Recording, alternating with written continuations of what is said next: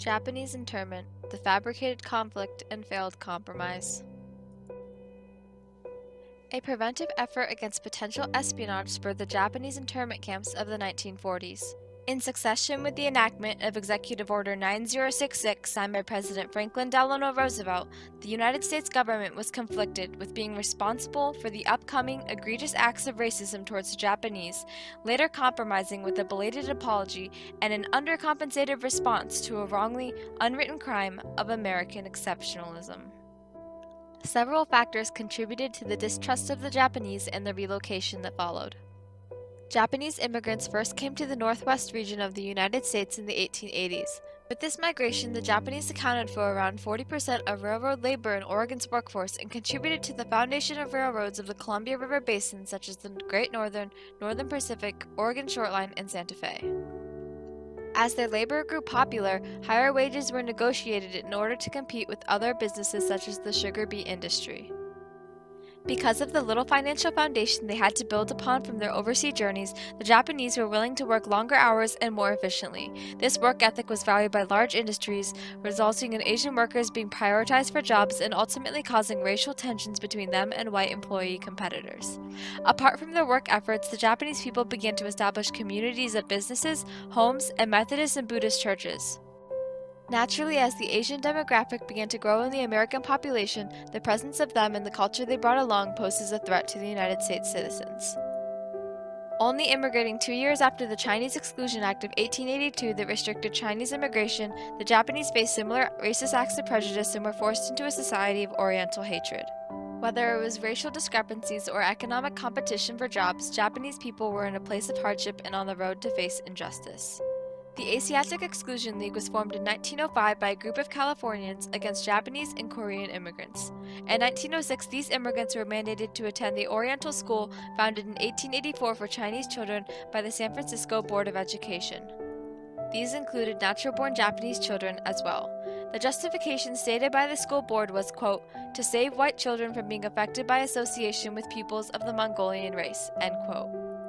Thus dehumanizing the Asians and belittling their presence in America by implying its negativity. The segregation, however, did not cease there. In 1908, the Japanese government took the initiative to try and end racism of Japanese people in America by compromising with the United States government. The Gentlemen's Agreement was born and stated that if restriction of Japanese immigration was enforced, the United States would desegregate schools. Although this minor compromise alleviated some of the discrimination Japanese people faced, the United States made it clear that their efforts to suppress Japanese influences in the nation were intended to be permanently instilled. With this Japanese racism deriving from an already established anti-Asian sentiment, several oppositions were made against the success and lifestyles Japanese people strived to achieve. Japanese racism began with propaganda and stereotyping, but soon segued into laws that limited the natural rights of Japanese Americans and denied citizenship. As the United States grew more populated, Japanese Americans and Japanese immigrants continued to endure racial prejudice and segregation. The U.S. had remained nonpartisan in World War II. However, on December 7, 1941, Prime Minister Hideki Tojo ordered a surprise attack on Pearl Harbor, Hawaii, resulting in over 3,000 casualties and 2,400 American deaths, damaging and destroying 318 aircrafts and 19 naval ships. This event posed as the spark of the U.S. involvement in World War II. After this attack, the overwhelming majority of Americans feared the Japanese presence in the U.S. and the rising tensions, which results in the executive order that relocated the people of Japanese descent out of fear of sabotage or espionage to California, Arizona, Oregon, and Washington by March 29th. Because of this, Japanese people had to work hard to express their loyalty, even those who were natural-born citizens. And at the start of the developing internment camps, the 442nd Infantry Regiment of the U.S. Army became the most decorated Army regiment in the war and was entirely comprised of Japanese internees.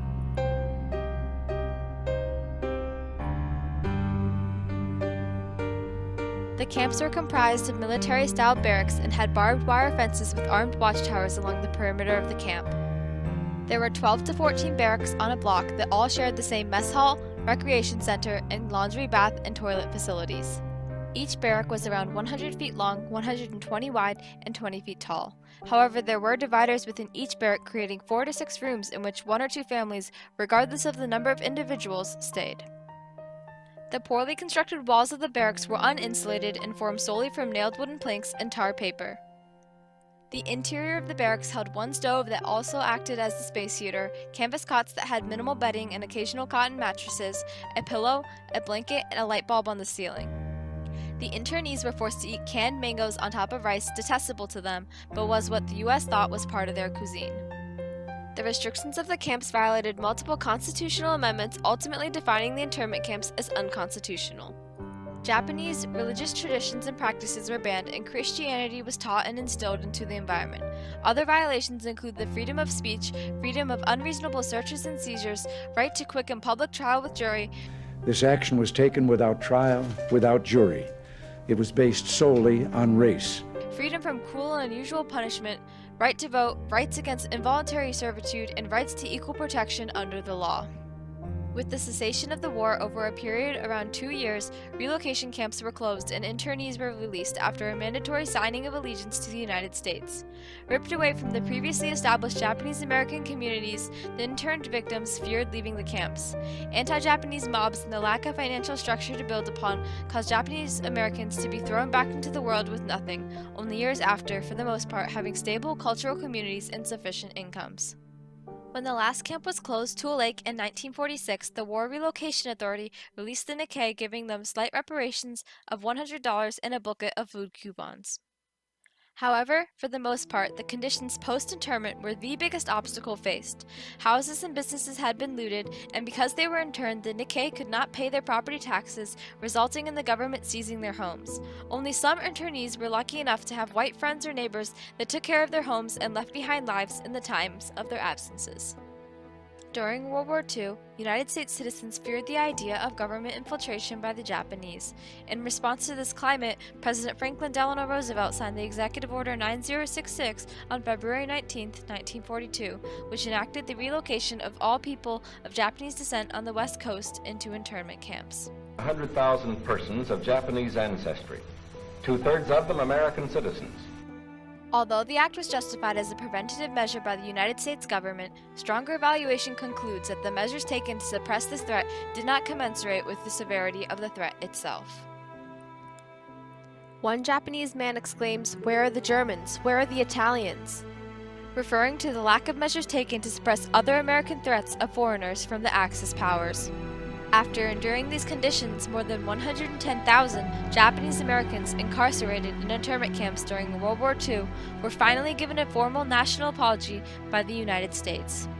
In 1988, with strong recommendations by the Commission on the Wartime Relocation and Internment of Civilians, President Ronald Reagan signed the Civil Liberties Act that granted every individual that was a victim to the internment a reimbursement of $20,000 along with the apology. It is true that both sides were supposed to benefit from this compromise. However, the execution of such a solution to the conflict was poor and the results ineffective. The United States apology alleviated some of America's guilt and mended the nation's damaged reputation to a small extent, but did not fully satisfy the Japanese victims' desire for sincerity, especially due to the fact that the apology was given more than 40 years after the incarceration.